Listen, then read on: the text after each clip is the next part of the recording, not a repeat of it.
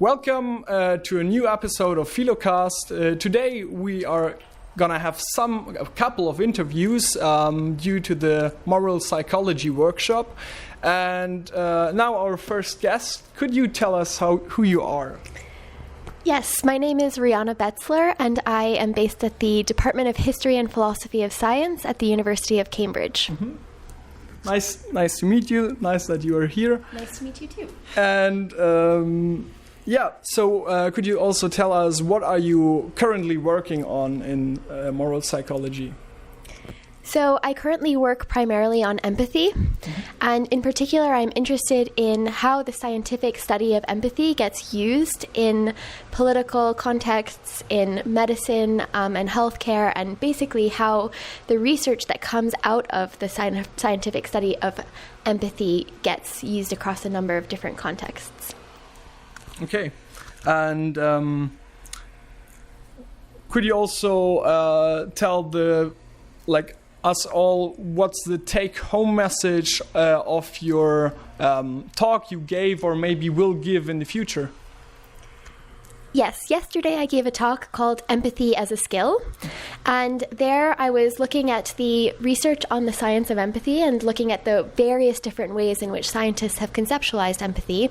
And I've argued that there is no one single definition of empathy, but that there are a number of capacities that sort of underlie the thing that we call empathy, and that this is really important, and that a new way of thinking about empathy that may make sense of this and may make sense of both the sort of natural capacity-based sense of empathy and the normative sense of empathy is to view it as a skill, in the same sense that we might view riding a bicycle as a skill or being an excellent tennis player as a skill, so in the same sense as skilled action.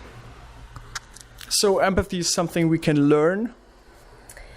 Yes, I think that empathy is something that we can learn, but it's not going to be something that can be taught didactically. So it's not something that you can learn from a lecture, but it's something that you can practice deliberatively and learn in the same way that you might learn to become an excellent piano player or something like that. Okay. And what's your educational background? So I did my PhD and my master's at Cambridge, also in the Department of History and Philosophy of Science. And before that, I went to a very small liberal arts college in Berlin called the European College of Liberal Arts, and that gave me a chance to just sort of study lots of different things in literature and philosophy and get a broad background.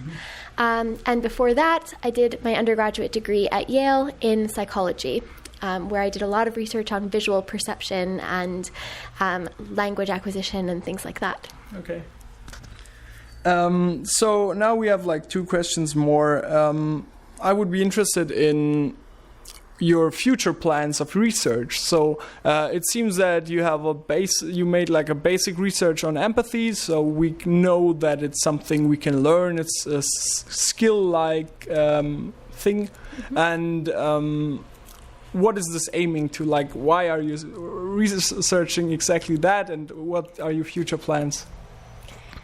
Great. So one of the things that I'm really interested in is empathy in professional education. So a lot of people think that our doctors should be empathic.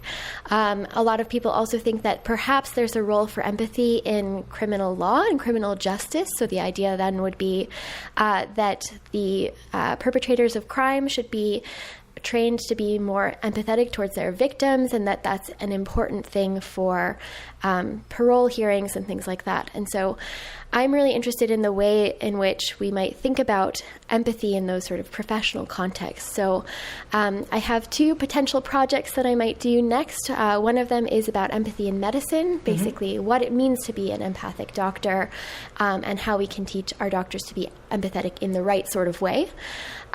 And then the other project is about empathy in law. So what is empathy doing? Who should empathize with who?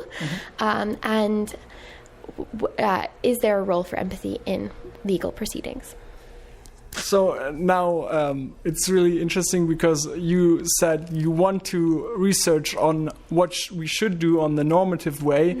Could you also tell us what you think the normative parole or the normative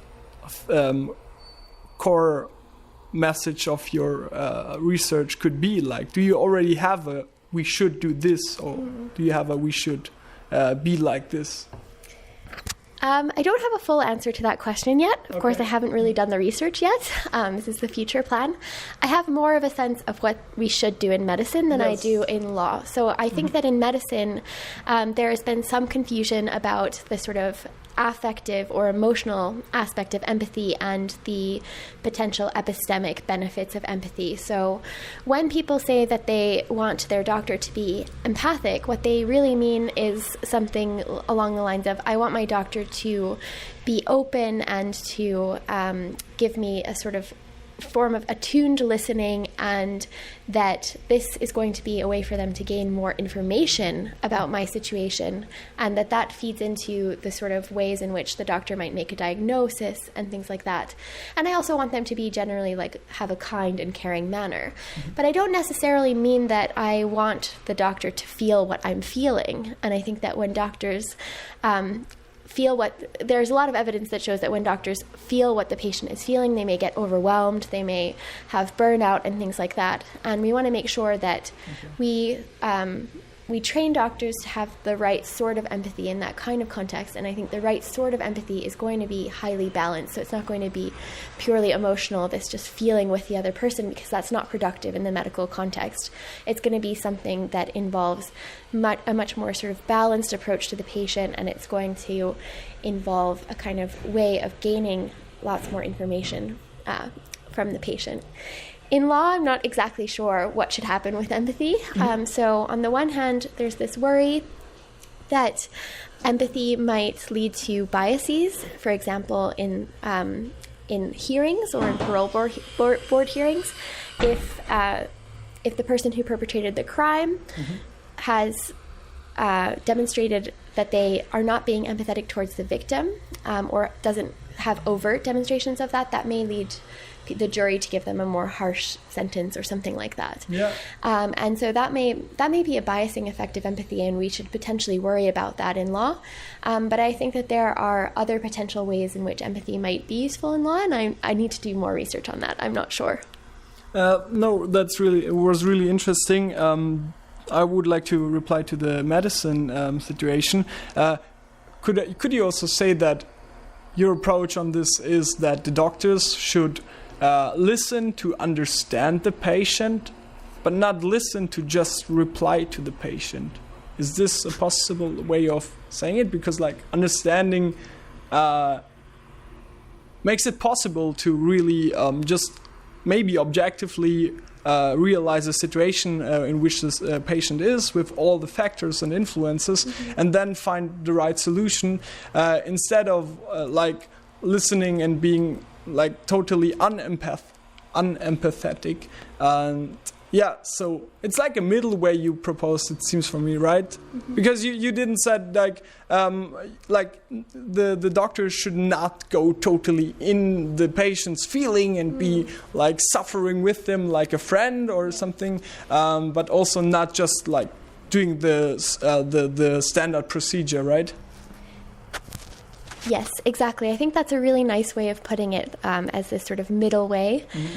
People in the literature on empathy tend to kind of say, have this idea that it's sort of either all emotional and it involves just going fully into the other person, or that it's all just about understanding their beliefs and desires, and that it's very cognitive. And I think that the sort of affective and the cognitive elements come together in important ways, but that they can be sort of balanced, and that for medicine, we really need that kind of balance to be there. So yes, I think that understanding the patient on a somewhat emotional level, but also a level that allows you to elicit information from the patient, is very important, because that's also going to feed into your diagnosis. You'll have a much better set of information to work with if you're able to do that than if you just ask really curt questions and make a decision very quickly. So I think that empathy is important because it has a sort of information gathering role within medicine.